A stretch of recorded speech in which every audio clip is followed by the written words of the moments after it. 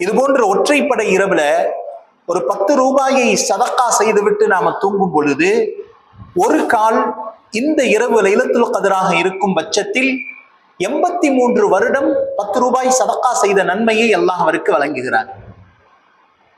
அப்ப நாம என்ன செய்யறது? ஒற்றைப்படை இரவு அனைத்திலேயும் இது போன்ற சதக்காக்களை மேற்கொள்ளுவது. அந்த ஒற்றைப்படை இரவில் 4 ரக்காத்தை தொழுது விட்டு நாம் படுத்து விடும்போது ஒரு கால் அந்த இரவு லைலத்துல் கத்ராக இருக்கும் பட்சத்தில் நாம் அசந்து தூங்கி விட்டாலும் கூட நாம் தொழுத அந்த 4 ரக்காத்தை அல்லாஹ் கபூல் செய்து 83 வருடம் தொடர்ந்து தொழுத நன்மையை அல்லாஹ் வழங்குகிறான்.